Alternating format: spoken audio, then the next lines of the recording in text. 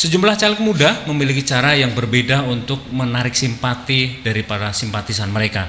Seperti apa cara-cara anak muda atau caleg muda untuk menarik konstituen mereka? Let's talk about it.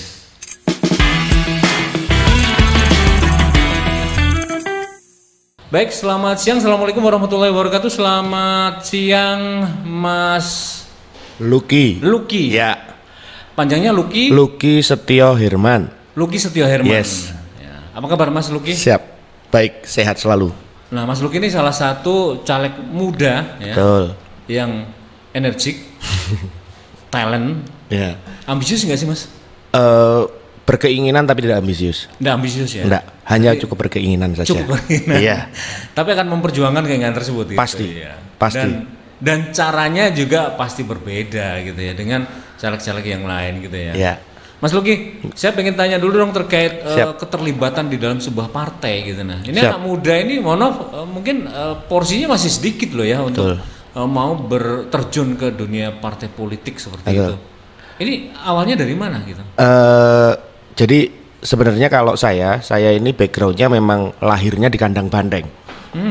Jadi satu keluarga saya itu banteng gitu, pendukung PDI Perjuangan dari dulu, dari zaman bahkan masih PDI.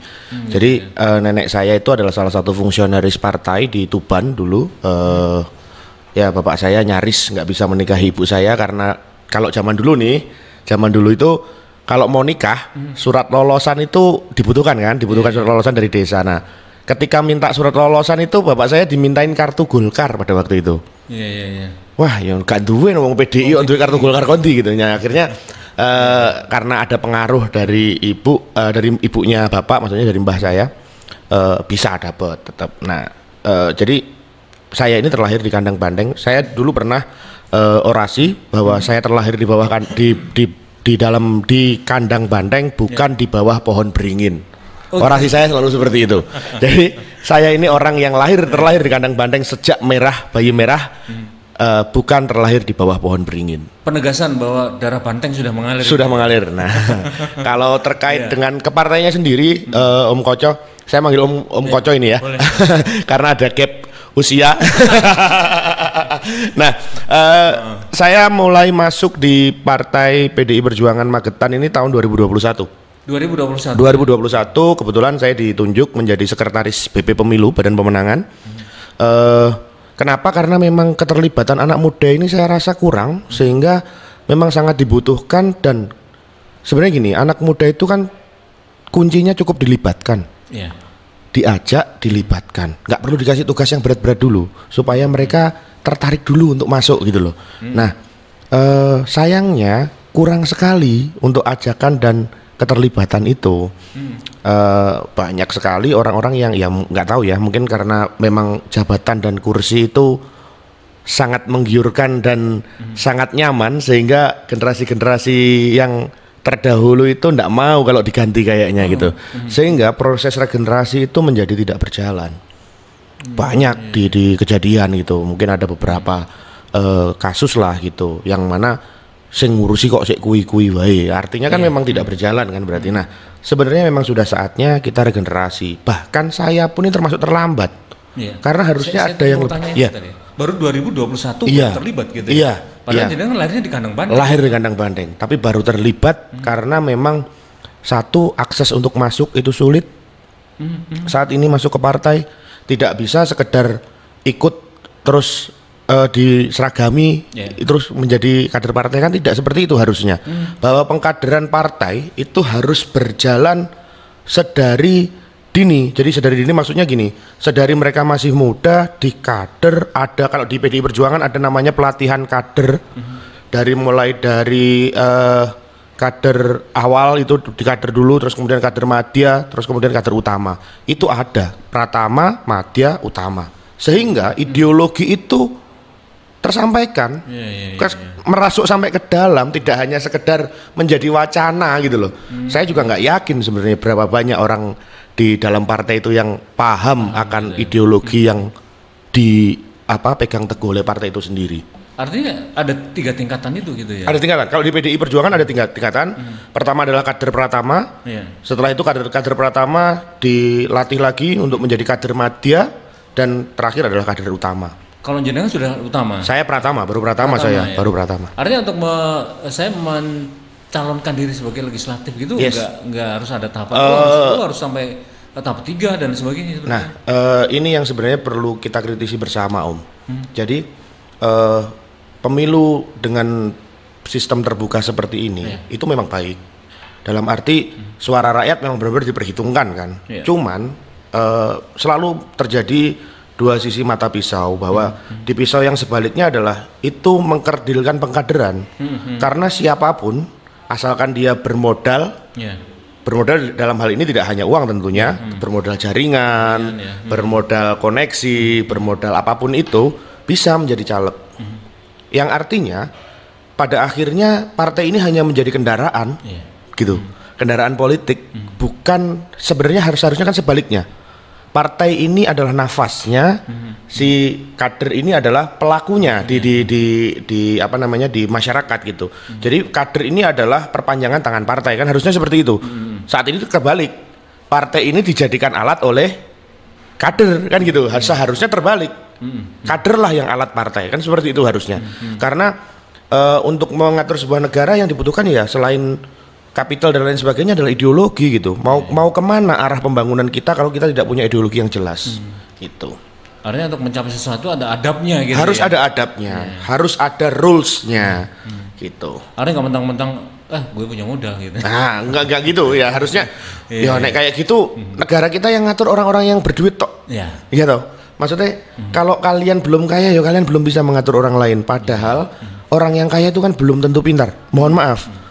Belum tentu bijaksana juga. Belum tentu bijaksana juga. Belum tentu orang yang bisa mengatur banyak orang juga. Karena orang kaya itu ya salah satunya tergantung untung-untungan juga kan.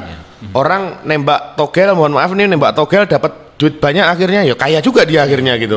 Tapi apakah seperti itu yang kita inginkan untuk menjadi pemimpin dan wakil kita? Kan tentu saja tidak. Gitu. Harus orang yang melalui proses tahapan demi tahapan untuk mengerti persoalan-persoalan yang ada di masyarakat lalu memberikan solusinya, kan begitu.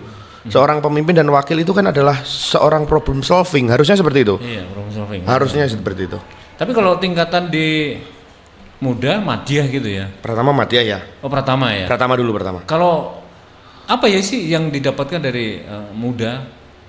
Pratama terus yang utama itu ya. Kalau di Pratama, karena saya belum sampai di Madiyah dan utama ya. Kalau di Pratama itu 3 hari awal pelatihan itu full kita dicekokin yang namanya ideologinya.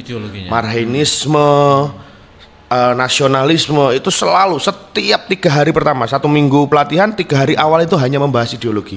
Sehingga kita ngelontok, kita paham bahwa yang namanya nasionalisme itu seperti apa. Jangan sampai nasionalisme mengarah ke chauvinisme, gitu. Chauvinisme ya? Ya, jangan sampai gitu, karena chauvinisme adalah bentuk advance dari nasionalisme kan, gitu loh. Nasionalisme yang berlebihan mengakibatkan fanatisme, kemudian menjadi chauvinisme kan gitu. Sedangkan marhainisme itu seperti apa? Bahwa kita ini adalah sebenarnya kembali kepada wong cilik gitu. Harus kembali lagi kepada wong cilik karena ya orang kaya di Indonesia ini hanya 1%. Yang 99% itu adalah yang di bawahnya.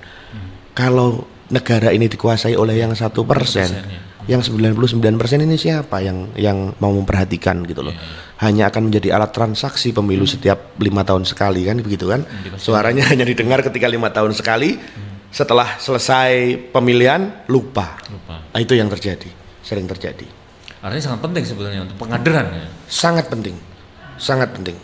Jadi kemarin saya sempat membahas dengan beberapa teman bahwa sebenarnya mungkin agak melebar sedikit ya Om, bahwa sebenarnya setiap parpol itu kan mendapatkan yang namanya bantuan politik setiap tahunnya. Nah, seharusnya setiap partai itu diwajibkan banpol ini digunakan untuk kaderisasi gitu ya? Bukan untuk pembelian aset, gitu loh, bukan untuk ya mohon maaf untuk campaign yang lain lah gitu misalkan. Harusnya untuk kaderisasi. Kenapa? Karena dengan kader-kader terbaiklah kita bisa membuat negara ini lebih baik. Mungkin terkesan utopis, terkesan di awang-awang, tapi ya faktanya seperti itu gitu loh. Faktanya adalah orang-orang yang ditempa oleh berbagai macam keadaan, berbagai macam kesulitan, berbagai macam keluhan warga masyarakat, merekalah yang pasti akan memikirkannya, merekalah yang pasti akan menemukan solusinya. Tapi kalau proses pengkaderan sendiri apakah selama ini tidak berlangsung gitu? Sebenarnya berlangsung. Mungkin ya persentase jumlah dan kuantitas. Berlangsung tapi persentasenya kecil. Terbukti dari banyak sekali partai, tidak hanya di partai saya, banyak sekali partai yang kalau jenengan lihat pasti orangnya ya itu aja. Masih di situ-situ aja gitu loh. Belum ada wajah-wajah baru toh di Magetan ini gitu. Nah, di partai saya pun sama. Wajahnya masih itu saja, belum ada pengkaderan wajah-wajah baru. Ya saya termasuk wajah baru lah di partai ini gitu. Begitu. Itu baru banget ya. Gitu. Tapi artinya sudah gini ya, dengan apa yang selama ini jenengan apa namanya lalui gitu. Nah, ini benar-benar sudah siap gitu untuk oke. Saya ready untuk menjadi caleg, kemudian saya juga fight dong, artinya dengan semua caleg gitu, termasuk juga dengan mungkin senior gitu. Iya. Terkait kesiapan yang namanya seorang kader itu kan prajurit Om. Yeah. Ketika ditugaskan ke medan perang ya harus maju, nggak boleh terus aku tak nanti ya, aku tak besok ya, nggak boleh, nggak bisa seperti itu. Kader adalah seorang prajurit yang ketika memang ditugaskan untuk berlaga di medan perang, dia akan berangkat. Dia harus dengan oke, saya siap. Tidak boleh terus kemudian nanti saja. Tidak bisa. Biarkan yang punya uang dulu. Biarkan yang punya uang dulu, tidak bisa. Kalau terjadi, jadi kalau yang namanya prajurit tetap harus berlaga di medan perang. Tapi yang namanya prajurit tetap harus punya etika dalam berperang, gitu loh. Jadi ada harga diri dan ada prinsip yang tetap harus dipegang. Ketika kita diminta untuk nyuwun sewu membunuh, katakanlah ketika di medan perang membunuh panglima lawan, itu sah kalau di medan perang. Kalau di belakang saya nggak mau. Itu yang prinsip yang saya pegang gitu. Artinya kalau tadi dari proses pengkaderan ready dong, jenengan pasti paham banget tujuan partai itu apa dan sebagainya. Kemudian kita berlaga untuk memperebutkan kursi calon wakil rakyat loh ini gitu. Nah, sejauh ini apakah juga ada pengkaderan terkait tugas di dewan itu apa sih gitu loh? Artinya nggak semata-mata enak dong di dewan gitu nah. Ini dapat mobil dinas gitu.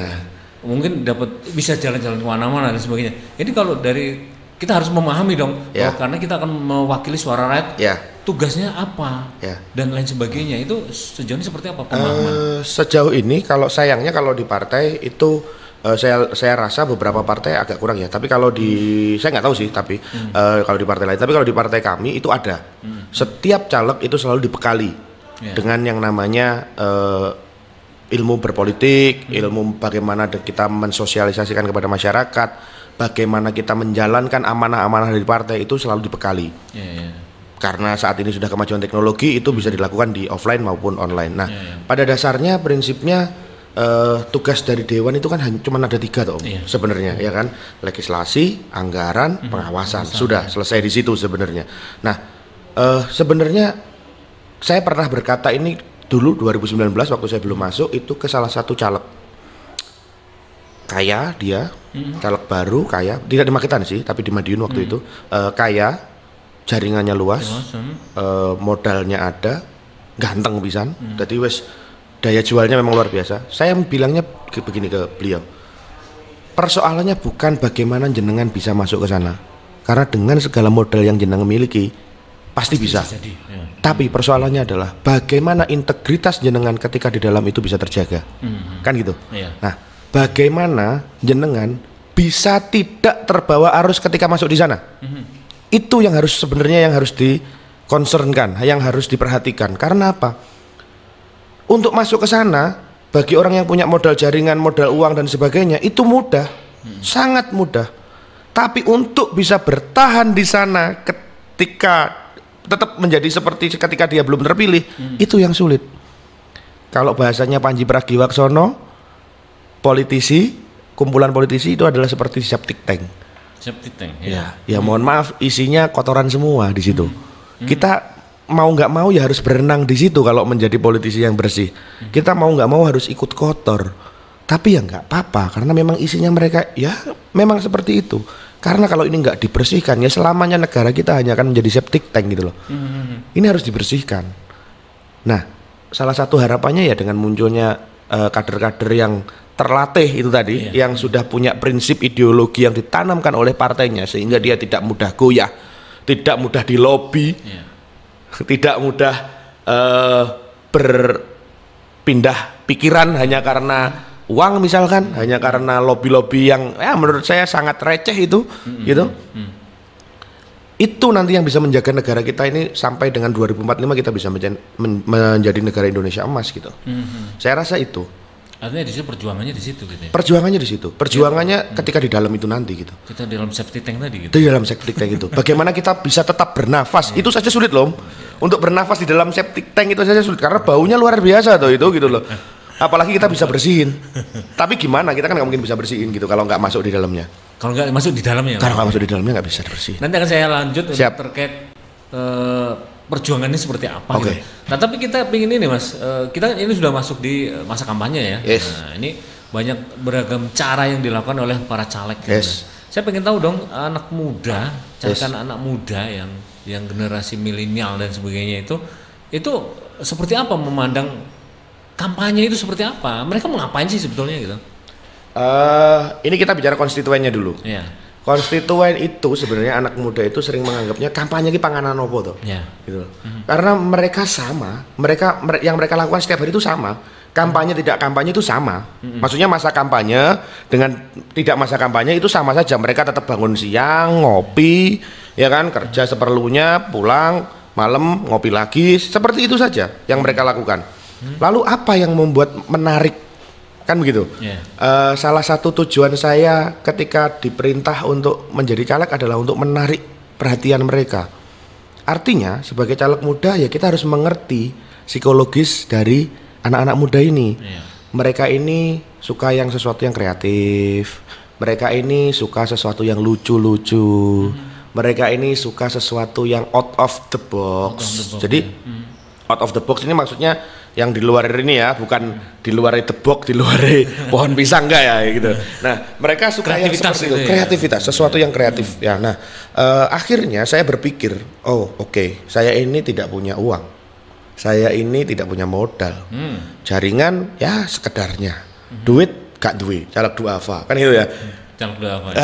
Akhirnya nekat ini ya. Iya, modal nekat ini, nekat banget ini modalnya. Iya. Akhirnya saya berpikir, oke, saya berarti harus membuat sesuatu yang menarik anak muda supaya anak muda setidaknya notice ya. Bahwa ada loh caleg yang cara kampanyenya tidak begitu-begitu saja. Kemudian saya membuat beberapa pola, beberapa alat peraga kampanye. Bisa dilihat di beberapa tempat. Ada yang saya jungkir walik. Saya saat ini saya sering dikenal nih. Begitu nyampe ke suatu tempat, Mas gak jungkir walik. Wah, kayak ledek ketek aku saiki saben teko ning ndi kon jungkir walik gitu. Badan saya sebegini besarnya ya kon jungkir walik. Terus ada yang, wah Mas Ultramanmu ning ndi Mas? Ada yang saya pakai banner Ultraman dan juga saya buat ini salah satu contohnya kebetulan saya bawa. Saya bikin kartu remi. Karena anak muda kan seneng dolanan kartu. Nah, play card ya. Ini saya bikin playing card khusus ini untuk saya bagi ke warung-warung biasanya. Nah, di sini komplit Om. Mungkin Om Koco bisa melihat. Di situ komplit ada gambarnya Bu Mega, ada gambarnya Pak Ganjar, ada gambar saya. Sehingga cukup dengan satu pack ini sudah kena semua Om. Iya. Kampanye caleg dapat, kampanye capres dapat juga. Gitu. Dan anak muda tidak risih. Anak muda saat ini kita kasih kaos caleg, mentok tinggu turu. Wih sapik. Nek gak ngudilap. Nek gak dilap. Itu kalau tidak dipakai untuk keset. Kalau dipakai untuk tidur itu masih bagus. Gitu. Jadi saya menghindari hal-hal itu. Untuk membuat mereka notice ya kita harus melakukan sesuatu yang berbeda.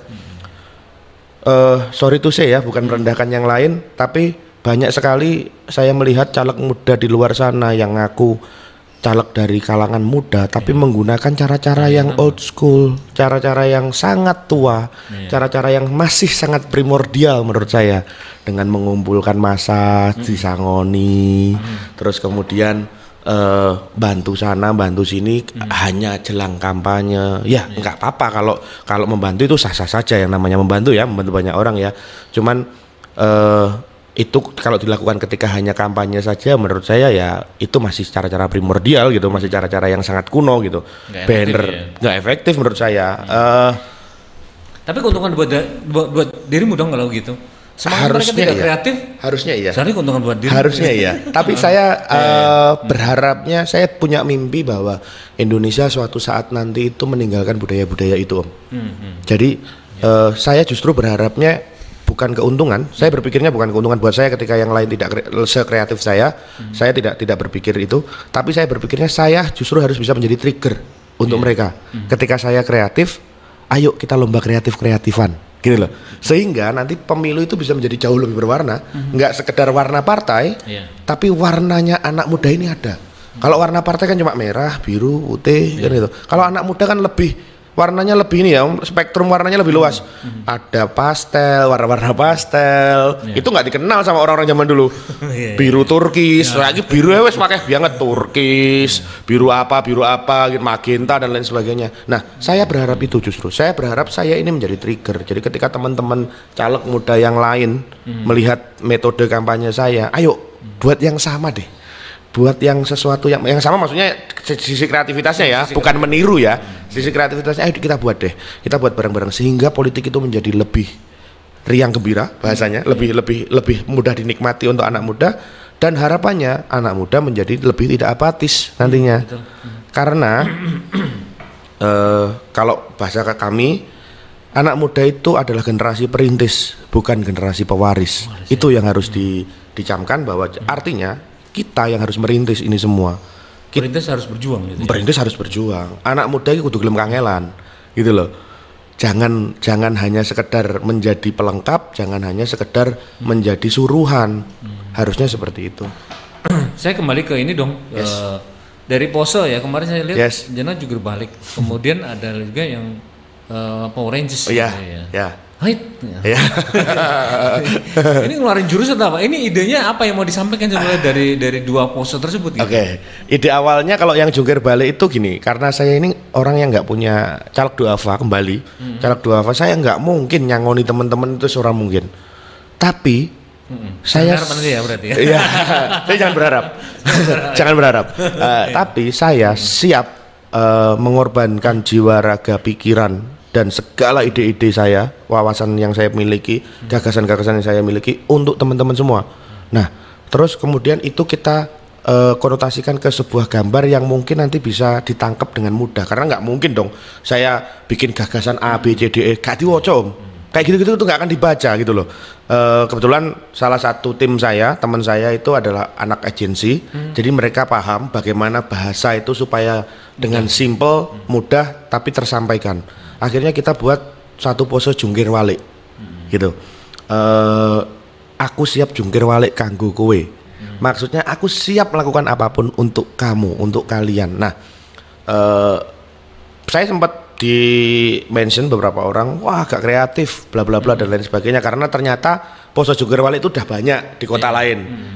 Bedanya adalah pose saya buat jungkir walik sejungkir walik mungkin, walaupun memang saya tidak mungkin jungkir walik ya, tapi saya buat supaya ini ada effortnya lah. Kalau yang di tempat lain tuh cuma foto dia pakai jas diwalik gitu dong. Nah itu nggak ada effortnya. Ya sorry itu saya kalau menurut saya itu idenya oke, tapi eksekusinya kurang karena nggak ada effortnya gitu. Nah itu. Terus kemudian kalau yang Power Rangers dan Ultraman, jadi pose saya begini tuh, tenang bolo, kan tagline-nya gitu. Tenang bolo, magetan tak jogone. Nah maksudnya adalah sudah kalian tenang saja.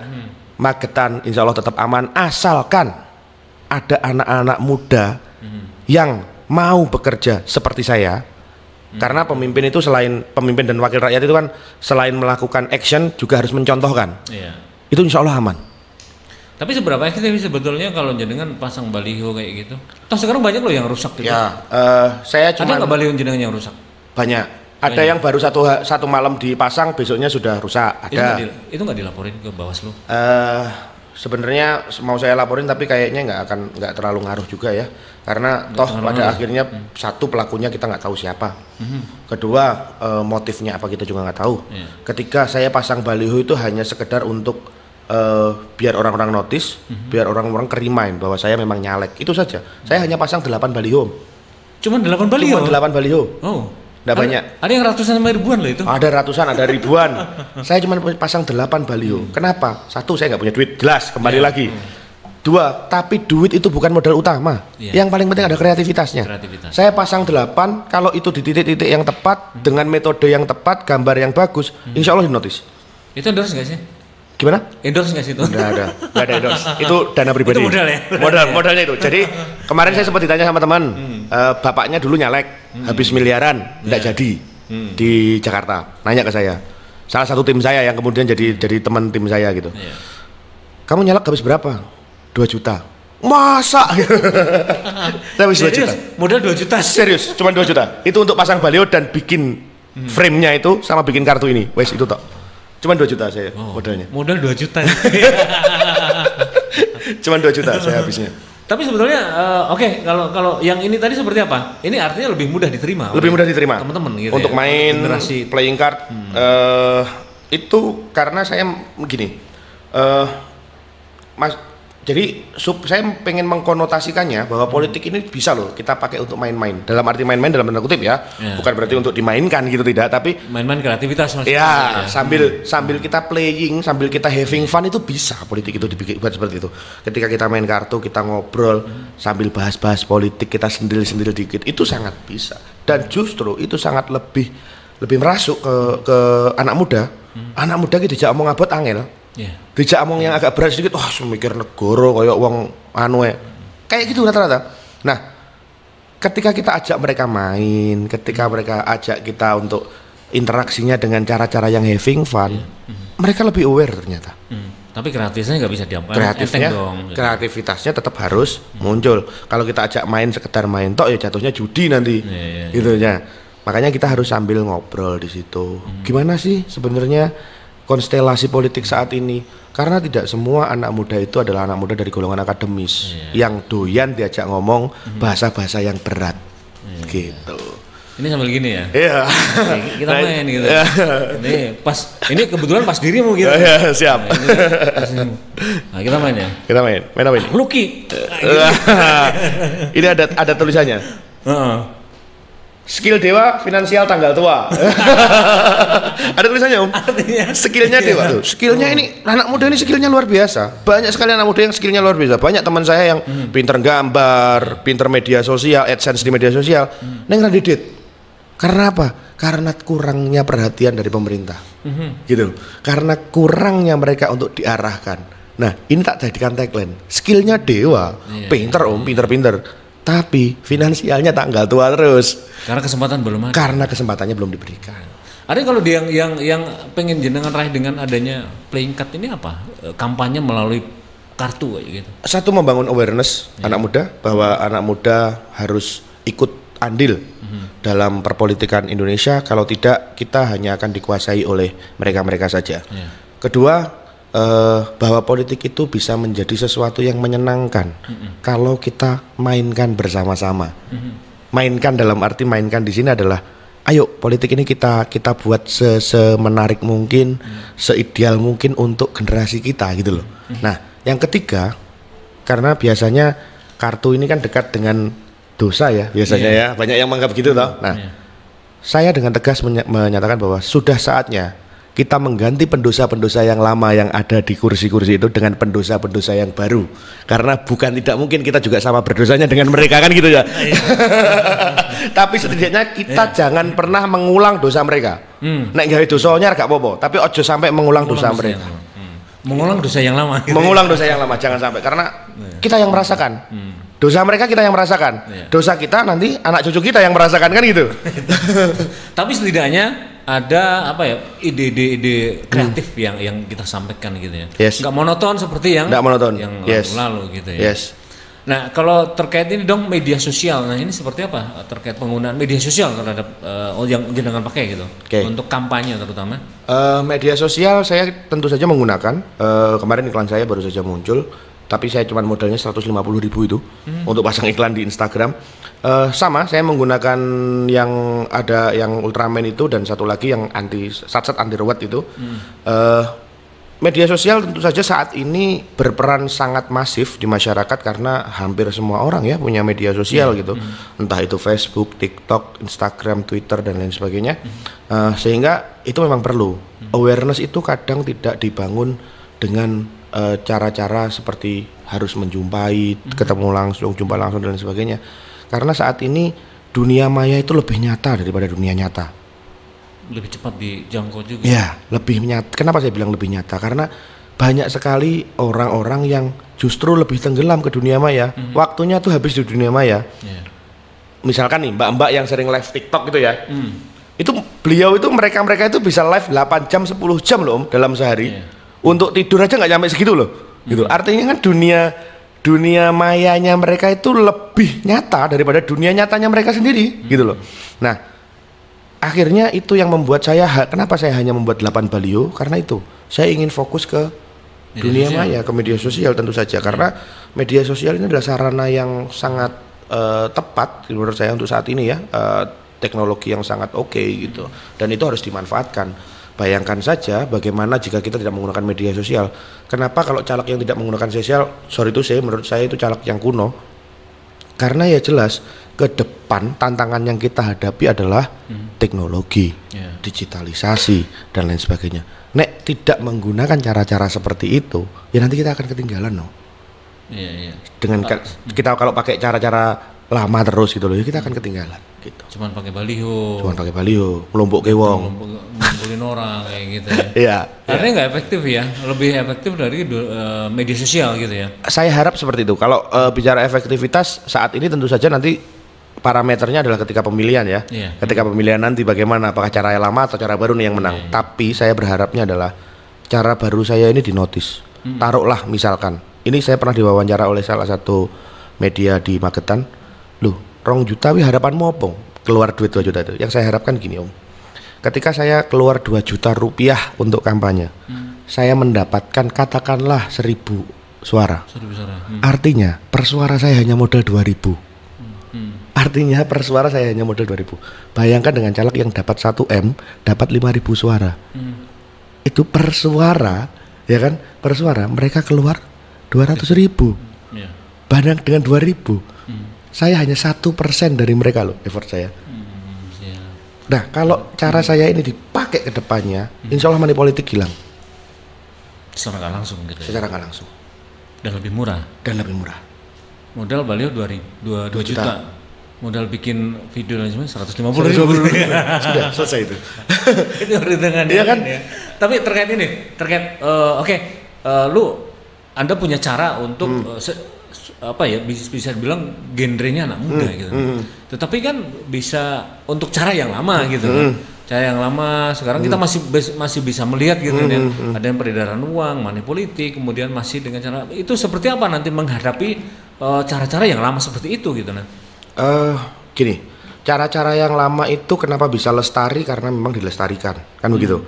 Selalu dilakukan. Masih dilakukan ya. Bahkan bukan hanya sebenarnya saya yakin kok caleg-caleg itu sebenarnya nggak mau keluar uang sebenarnya. Cuman kader-kadernya sendiri yang di bawah itu kan yang minta tuh. Iki nek gak dikei duit ora jalan. Iki nek gak jalan. Selalu seperti itu. Nah, makanya itu tadi kembali saya harapkan ketika adanya pendidikan politik yang baik, ketika adanya praktek kampanye kreatif yang baik, efektivitasnya jelas, saya harap mereka mulai berpaling ke sana. Masyarakat bisa kok disadarkan. Jadi nek sepakat semua caleg tidak ngasih duit, masyarakat pasti bisa menerima juga kok saja nih. Cuman kan kesepakatan itu tidak mungkin terjadi untuk saat ini ya. Untuk saat ini tidak mungkin terjadi. Mungkin sedikit membuka, saya pernah beberapa kali dihubungi orang untuk dikasih lah gitu, tak silih mas, tak pinjemin uang untuk jenengan jalan nanti dapat suara gini nek jenengan jadi nanti ganti nanti gampang dikembalikan bla bla bla dan lain sebagainya. Tak modalin dulu gitu. Tak bandari sih bahasanya gitu. Saya tolak. Selalu saya tolak. Dan satu yang selalu menjadi jawaban saya adalah saya tidak akan pernah mau menggadaikan masa depan anak saya hanya demi ambisi saya. Saya tidak mau. Jadi sebaiknya jenengan simpan, jenengan pakai untuk caleg yang lain monggo, tapi saya tidak akan pernah mau. Tidak akan pernah mau menggunakan itu. Saya dapat 10 suara alhamdulillah, 1.000 suara alhamdulillah, 5.000 suara alhamdulillah. Saya tidak pernah punya beban untuk mendapatkan suara sebanyak-banyaknya karena saya modal saya sedikit. Saya nggak punya beban untuk itu gitu loh. Nggak untuk beban untuk balik modal gitu, nggak harus gitu. Karena memang modal saya ya katakanlah 2 juta itu setara UMR Magetan lah Guran. Kan gitu kan?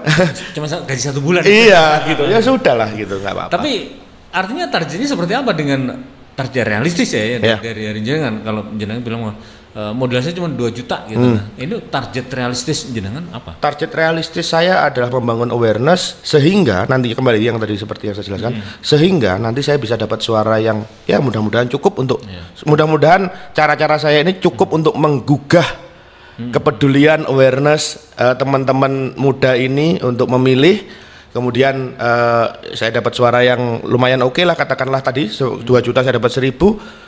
Ketika itu dikalkulasikan kalkulasikan menjadi suara, itu kos yang sangat kecil, dan saya harap kedepannya orang-orang akan berpaling ke cara itu, sehingga kos politik menjadi rendah, money politik hilang.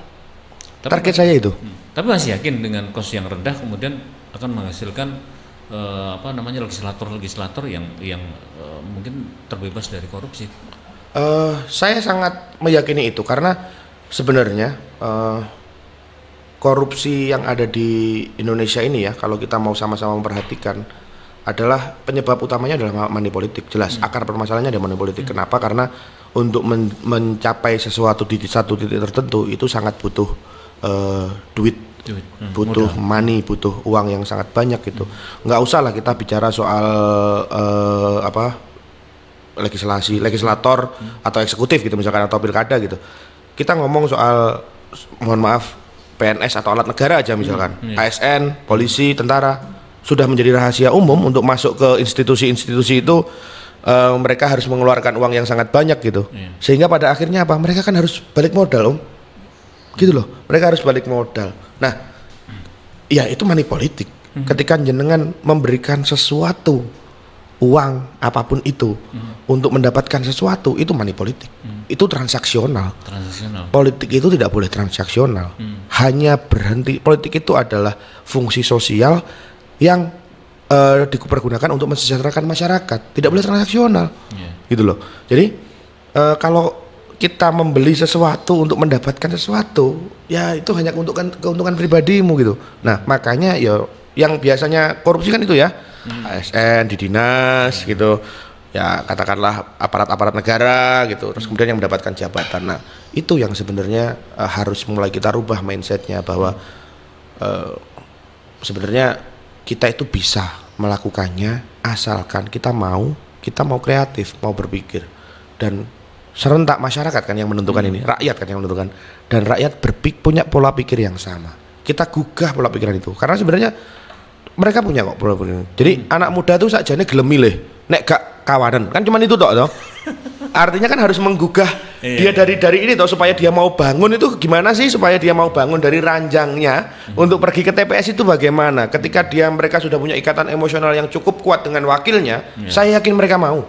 Atau mereka sebenarnya baru menyadari bahwa pentingnya suara untuk memilih calon legislatif itu kan, karena itu menentukan 5 tahun yang akan datang. Betul, itu menjadi salah satu faktor, karena selama ini saya pernah melakukan survei kecil-kecilan di beberapa desa. Saya tanya ke orang gitu, kenal nggak sama legislator di sini, sama dewan di sini? Dewan di sini siapa gitu ya? Nah, nggak kenal, kebanyakan nggak kenal, nggak tahu gitu. Terus ketika Nyangon juga lupa gitu ya? Iya, lupa dia pasti. Mereka karena sama ini cuma 5 tahun sekali. Iya, cuma 5 tahun sekali, habis itu kan nggak ada ini gitu. Nah, mereka nggak tahu. Tapi terus kemudian ketika saya tanya, kebetulan ada satu orang tua, Mbah, jangan ngertos buatan tugasnya anggota dewan itu nopo gitu. Ngerti Mas, gaya jalan toh. Loh itu tugasnya PUPR itu, gaya jalan. Kenapa? Karena bantuan yang selalu turun itu adalah aspal. Mereka tidak pernah hadir di sekat-sekat masyarakat yang harusnya mereka bisa hadir. Mereka harus mengadvokasi masyarakat, mulai dari permasalahan yang misalkan permasalahan kesehatan, permasalahan ibu hamil misalkan, permasalahan kesejahteraan. Mereka tahunya hanya gaya aspal. Karena apa? Yang paling ketok itu ketika jalan di aspal kan pasti banyak orang di situ, sudah.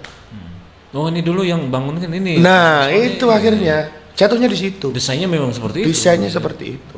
Nah saya tanya dong kembali ke tugas daripada DPR gitu. Kan ada 3 gitu. Ini apa kaitannya dengan ini? Kalau menurut saya tidak ada kaitan dengan mensejahterakan masyarakat. Secara langsung gitu ya. Karena 3 tugas pokok ini juga sebenarnya tujuannya adalah mensejahterakan masyarakat. Betul. Gitu. kemudian pemahaman masyarakat bahwa oh yang bangun jalan ini dewan. Itu gitu.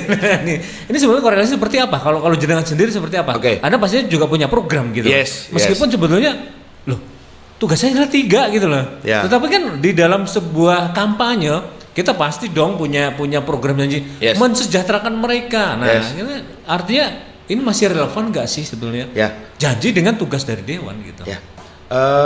Sebenarnya kalau untuk mensejahterakan rakyat, mensejahterakan masyarakat, bangun ini, bangun itu, ngasih bantuan ini, bantuan itu kan tugas eksekutif.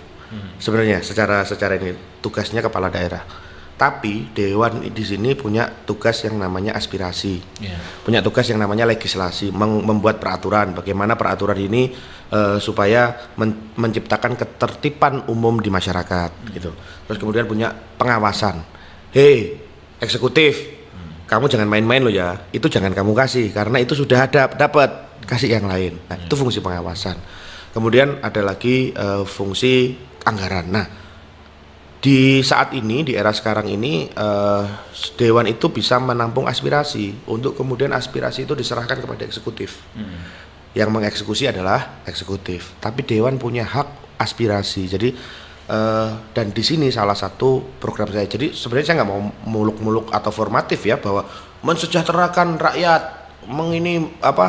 nanti menurunkan bantuan bla bla bla dan lain sebagainya. Tidak. Pupuk murah. Beras murah, sembako harga telur stabil, tidak. Cari kerja murah gitu ya. Itu tugasnya eksekutif. Legislatif itu harus mempunyai program yang nantinya dia akan mengawal program itu berupa aspirasi, kan gitu. Jadi kalau saya ketika saya ditanya apa visi misimu ketika menjadi dewan, saya cuma punya 2. 1, memperbanyak keterlibatan anak muda. Karena saya adalah preferensi mereka nantinya ketika saya berada di dewan sana. Saya adalah role modelnya mereka. Saya adalah citra mereka ketika berada di sana. Ketika ada citra itu, katanya pemimpin kan harus ada di 3 tempat ya. Ing Ngarso Sung Tulodo, ing Madya Mangunkarso, dan Tutwuri Handayani. Ketika berada di depan, dia yang harus membangun karsanya, membangun gairahnya kan gitu kan. Ing Ngarso Sung Tulodo dia harus memberikan contohnya. Ing Madya Mangunkarso dia harus membangun gairahnya ketika berada di tengah-tengah anak muda gitu. Dan ketika di belakang dia yang mendorong, ayo kita maju bareng-bareng gitu.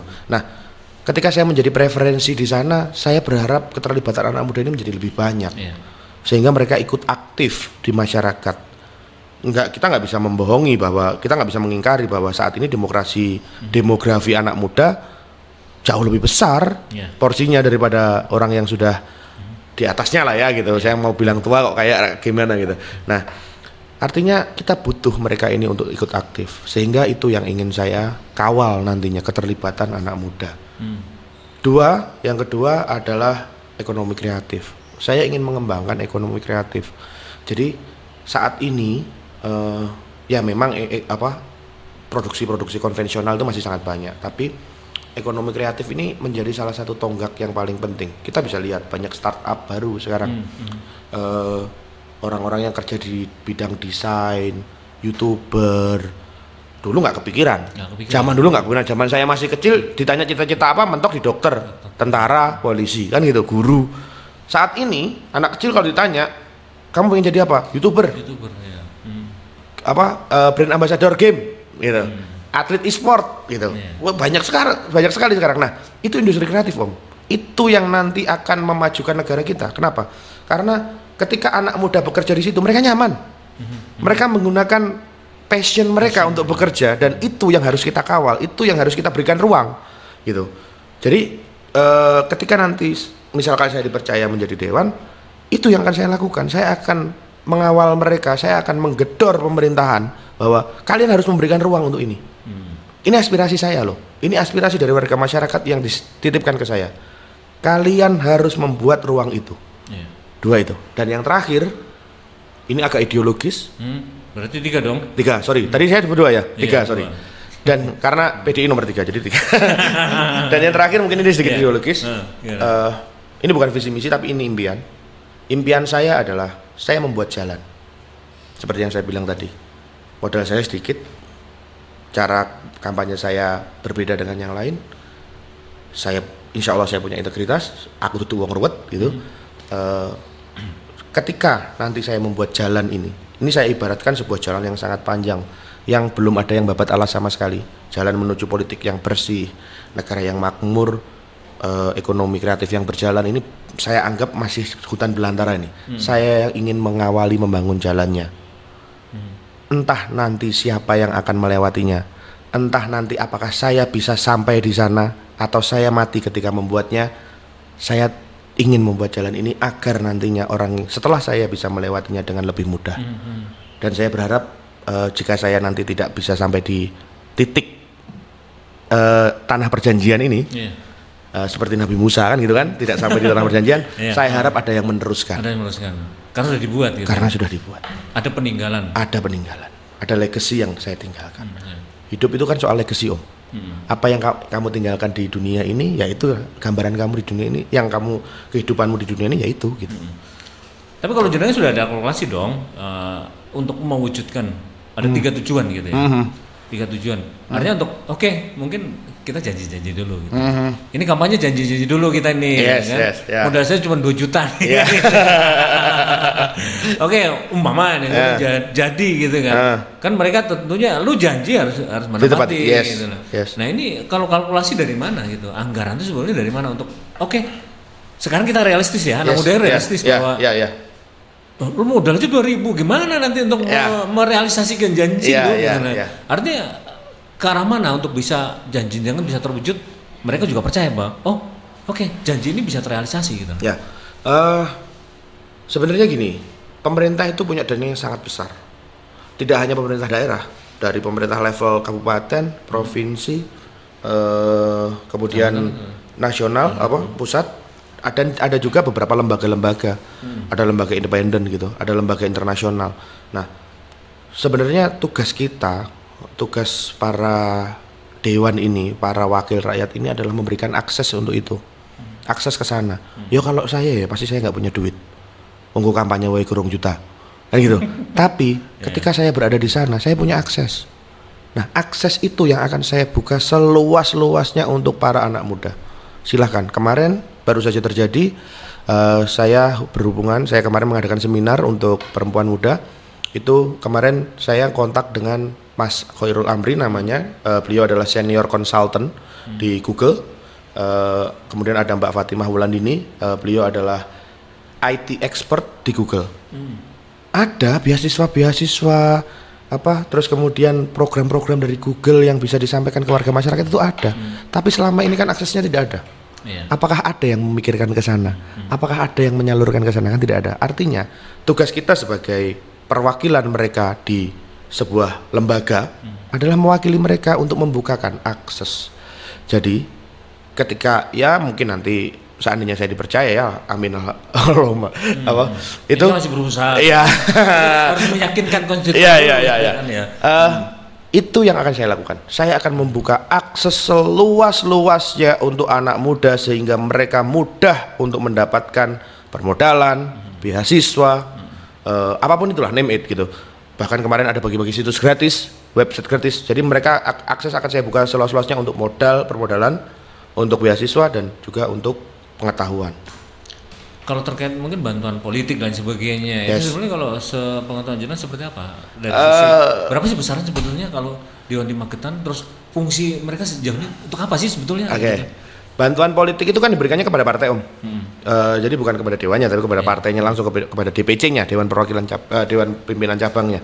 Nah, rata-rata itu digunakan untuk membuat event-event, untuk beli aset, untuk sekretariatan, untuk ininya. Itu yang terjadi gitu. Nah, sayangnya hal itu dilakukan oleh hampir semua partai. Padahal seharusnya banpol itu yang cukup besar itu bisa sangat digunakan untuk itu tadi kembali kaderisasi. Sehingga ketika menciptakan kader yang baik, ini efeknya mungkin tidak langsung, tapi efek ini akan menjadi domino efek gitu loh. Ketika dibuat untuk kaderisasi, digunakan untuk kaderisasi yang baik sehingga muncul kader-kader yang baik di situ, kader-kader yang militan. Mereka akan berguna juga nantinya untuk kesejahteraan masyarakat. Ini bisa digunakan untuk pendanaan itu nantinya gitu loh. Gitu. Karena mereka memahami. Karena mereka memahami. Anggaran APBD daerah itu besar. Digunakan untuk apa gitu ya? Ya. Pemahaman ini yang kayaknya harus sampai itu. saat ini masih minim. Betul. Ya? Tidak pada akhirnya ketika kader-kader muda ini, kader-kader yang baik ini muncul, tidak akan mudah kompromis. Wes gini ya, ditekuk sakmene, di ini sakmene. Saya harap itu. Gimana? Karena tidak paham. Karena mereka tidak paham karena mereka ingin mengamankan dirinya sendiri. Seorang kader yang tidak dilatih, seorang kader yang tidak terlatih, itu hanya akan menjadi seorang yang pragmatis. Tapi ketika seorang kader yang sudah dibekali dengan ideologi, sudah dibekali dengan prinsip-prinsip dalam menjaga bangsa dan negara, dia tidak akan goyah dengan kompromi-kompromi. Ya kalau saya menyebutnya pemufakatan jahat gitu. Dia tidak akan goyah dengan itu gitu. Mas, kita kan punya 30% dari 550.000 sekian. Yes. Nah, ini kan angkanya cukup besar gitu. Yes. Kalau model 2, saya nggak enak sebenarnya. Model 2 juta doang gitu. Ini besok optimisnya berapa sih yang bisa kita dapatkan kayak gitu? Dengan ide-ide yang jenengan sampaikan gitu. Kalau saya target realistisnya 1.000 sampai 2.000 suara. Itu target yang realistis. Pun saya dapat di bawah itu masih sangat saya syukuri karena itu masih tetap sangat jauh dibandingkan dengan yang misalkan nyalek gak jadi pun saya yakin mereka habisnya lebih banyak daripada saya gitu. Nah, sangat realistis. Jadi target saya itu tadi membangun, menggugah. Ayo tangiyo, cah nom ki ayo tangiyo. Iki lho enek wong sing siap memperjuangkanmu gitu. Bukan karena punya uang, bukan karena punya jaringan, bukan karena punya koneksi, tapi karena memang karena punya keinginan dan niat yang tulus untuk membuat kita lebih baik gitu. Artinya target 1.000-2.000 sampai 2.000 lah. Artinya cuma bisa dibilang ini sebuah sebuah test case untuk betul. Test case. Jalur yang saya bangun adalah seperti ini. Yes. Ini test case dan saya harap ini berhasil. Sebenarnya saya dapat taruhlah 200 itu masih sangat murah. Iya kan? Tetap sangat murah dibandingkan yang lain gitu loh. Dengan kos saya dapat 200 itu sangat murah gitu loh. Nah, saya harapnya ketika mereka ini teman-teman ini, iso ya kampanye murah gitu. Akhirnya kan yang terjadi perang ide, bukan perang modal, tapi perang ide yang terjadi. Nah, saya harapnya itu, makanya saya pengen menjadi trigger sebenarnya supaya nanti terjadi perang ide. Bayangkan kalau negara kita sudah mulai perang ide, Amerika bisa kebalap itu. Saya yakin orang Indonesia tuh pinter-pinter kok, gitu loh. Iya. Artinya bebas, artinya apa ya? Nggak ada beban ya? Nggak ada beban, sama sekali tidak ada beban. Pemilu 2024. Tidak ada beban sama sekali. Mas Luki, nanti terakhir di sesi terakhir nih, apa yang akan Anda lakukan? Masih berapa minggu lagi nih? Ada 2 minggu, sekitar 2,5 minggu lah. 2,5 minggu. Yes. Jadi mau ngapain? Untuk lebih meyakinkan konstituen Anda? Yang saya lakukan tentu saja yang pertama adalah sosialisasi, tapi bukan door to door ya, sudah bukan door to door lagi saat ini, tapi melalui media sosial.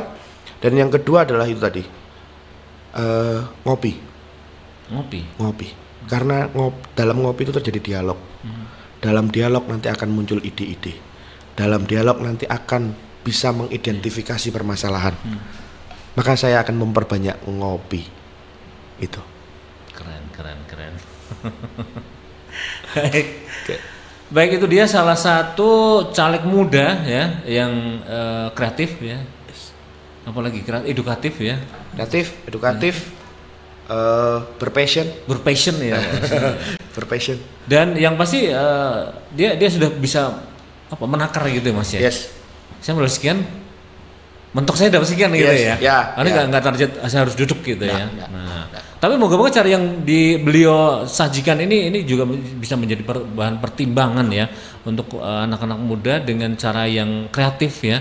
Artinya kita bisa menghasilkan wakil rakyat yang lebih cerdas dan bebas dari korupsi kayaknya. Betul sekali. Karena kos politiknya rendah. Harapannya nanti kinerja mereka yang akan meningkat gitu. Akhirnya seperti itu. Harapannya adalah terjadi perang ide itu nanti akan dieksekusi menjadi sebuah kinerja yang membuat Indonesia lebih baik. Siap. Yang masih buat Anda ya, yang mungkin masih apatis ya dengan saya bakal golput atau apa gitu. Jangan pernah golput ya, meskipun apapun yang terjadi gitu ya. Mungkin banyak caleg yang menurut jenengan loh ya, menurut pemikiran itu adalah aduh banyak caleg yang belum maksimal untuk bekerja dan sebagainya. Jangan sampai, karena suara Anda sangat menentukan 5 tahun yang akan datang gitu ya. Kalau Anda golput, artinya banyak caleg-caleg yang nggak berkualitas juga yang akan menguasai lembaga tersebut. Betul. Gitu ya. Jadi gunakan hak suara Anda nanti di tanggal 14 Februari 2024. Ya. Semangat Mas Luki. Siap, terima kasih. Saya masih nunggu jungkir baliknya lagi. Siap. Ya. Selamat berjuang. Siap. Semoga bisa lolos, itu akan jadi keren. Amin, alhamdulillah ya. Siap. Demikian dialog kita hari ini. Assalamualaikum warahmatullahi wabarakatuh.